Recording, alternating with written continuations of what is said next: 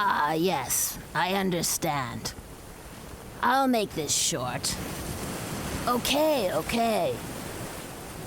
By the mercy of the blue dragon. No, it may have been a curse.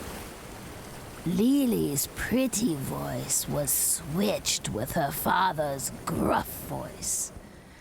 And the only way to get her own beautiful voice back was for her to kill her father.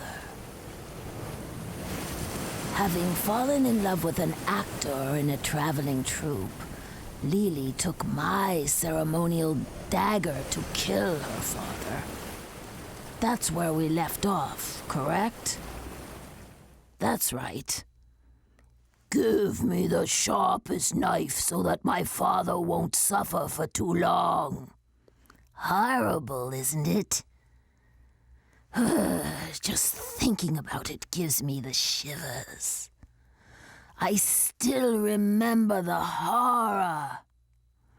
Lily's pretty lips spoke those horrible words in the gruff voice of an old fisherman. She didn't kill her father right away, though. She couldn't.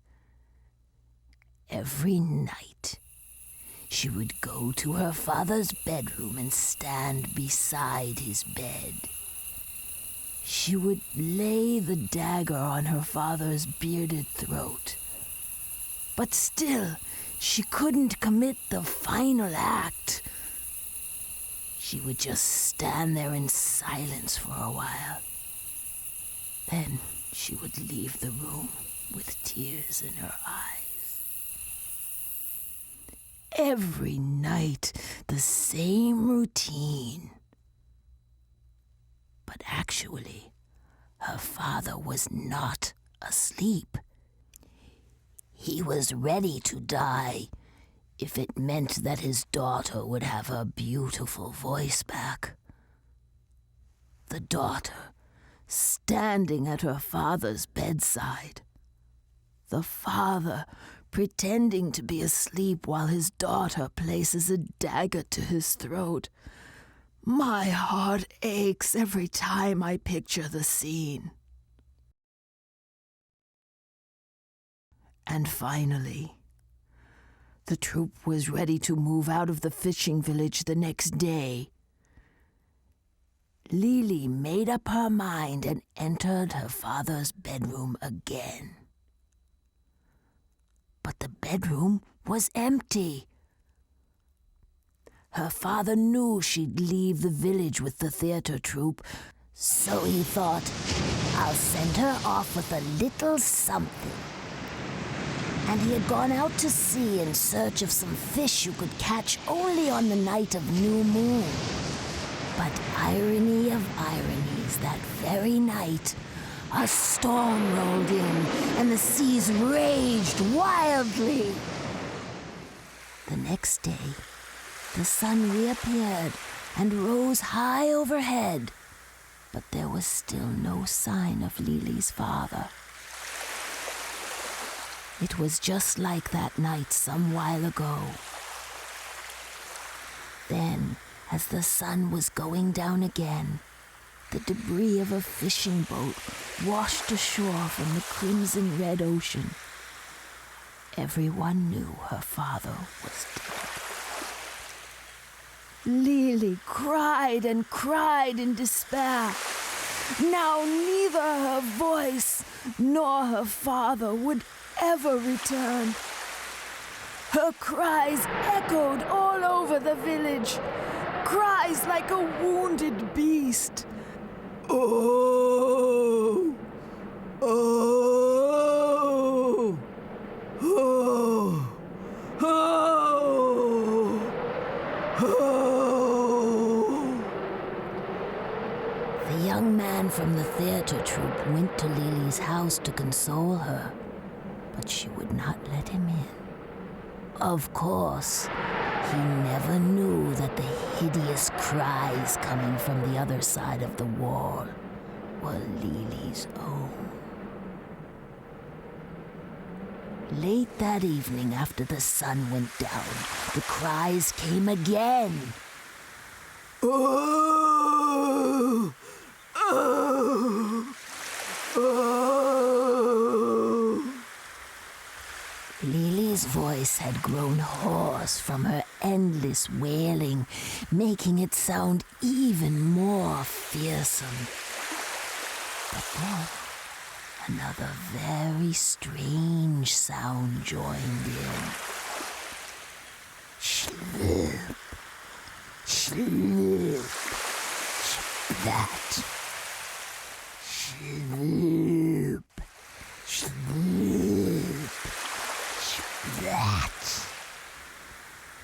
It was like a wet, sloppy piece of meat slithering across the ground. The sound was coming from the harbor, and it was getting closer and closer. Slurp, slurp, slurp, splat.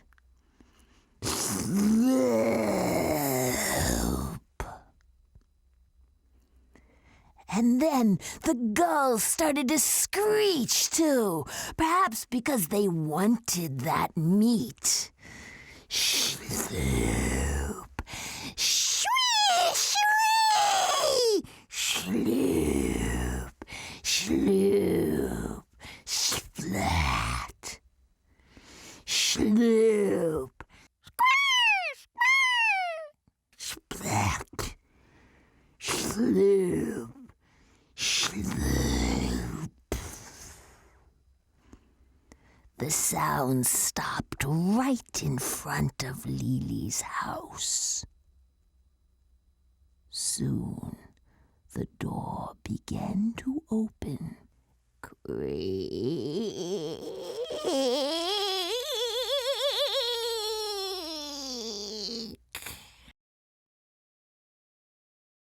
See, Mother! See, Mother!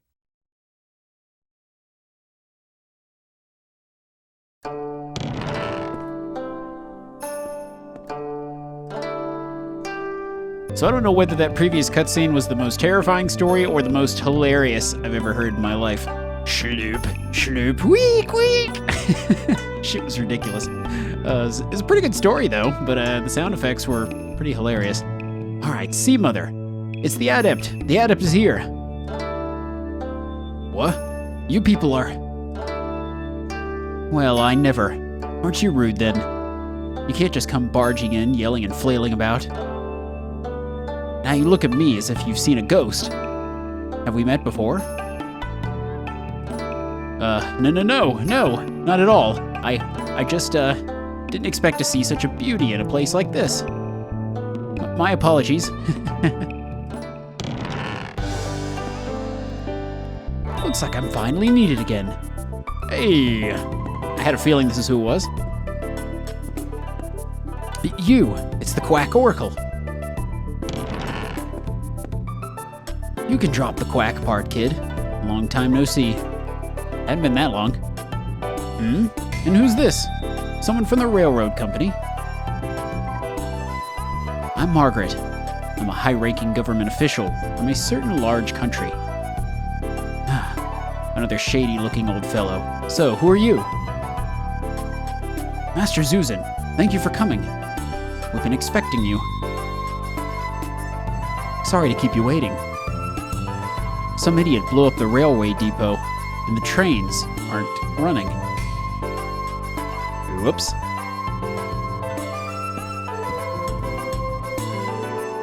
Isn't this Alice? Whew, it's a mighty powerful curse she's under. But you needn't worry anymore. My arts aren't as good as... Wait, what? My arts aren't as good as useless against it. More than 10 have died so far. It's not about your lack of power, Mother. Isn't the man pulling the strings. It's him. What do you mean? You know why Lily came back? Oh, I have a pretty good idea. I'm starting to see what might be behind all of this. Oh, it's Zuzin. Don't worry. I know it's hard. This will be over soon, I promise. Just stick it out a little longer. Lily is in pain, too. Somebody forced her to come back. Yes, I know.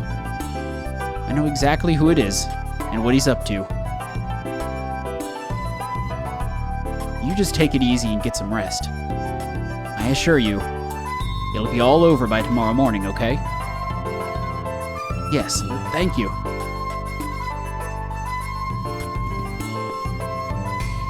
Now then, I'm going to need you two to help. Our first task is to rid this town of its ghosts. What do you say? Are you with me? What do you say? You want to tag along? If that'll save Alice, you better believe it. Same here. Okay, let's strike while the iron's hot. Good. Let's get cracking then. First, we've got to find the place they're all getting in from. My guess would be somewhere down by the water. There's sure to be a mark at the spot where they enter. We need to destroy it. Monsters are everywhere outside. Be careful. I shall look after the girl. Right. We'll leave her to you. Don't worry. It won't take long. All right, let's get going. Meanwhile... So these three are in the port of Dalian? And the Caucasian girl has been stricken with a curse? Yes, the man and the woman who set out to destroy the monsters that have been appearing in town. That's how they're going to break the spell on the girl. At least that's what they say. There's no question. It's Alice Elliott. All right. So the other two must be the thin young man and Malkovich. Very well. The beast is caught in its trap. Yes, we must proceed with caution. Excuse me. Sending in brute strength may not be the best way, in which case, perhaps I'd better do this myself. Excuse me, Lieutenant Colonel. I was wondering. This is if you don't need me anymore. Yes, you may go. Get your money before you leave. And one more thing. Does not breathe a word of this to anyone. Have you got that? Huh? Oh, of course. Honestly, I've got a terrible memory. I've already forgotten the whole thing.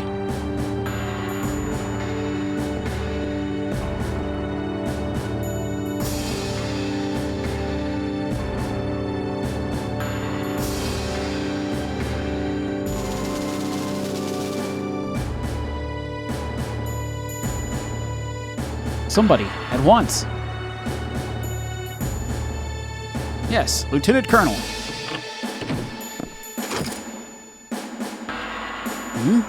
I've never seen you before. Are you new? Whoa, look at that chin. Holy hell. I'm Sergeant Kato, ma'am. Reporting from Tokyo for my new post. My expertise is... I'm gonna say that guy's name is actually, who's the guy from American Dad? I can't think of his name right now. I'm sorry, but could you leave the self-introductions for later? We don't have time for this now. I want you two to dispose of the man that just left this room. Make it look like a traffic accident. Yes, Lieutenant Colonel.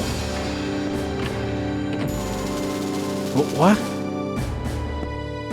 Sergeant Kato, you're coming to Dalian with me. Get a boat ready. A boat, ma'am? I don't care what kind. Any old thing will do. Do you understand? If so, we leave now. Follow me. Lieutenant Colonel, please wait.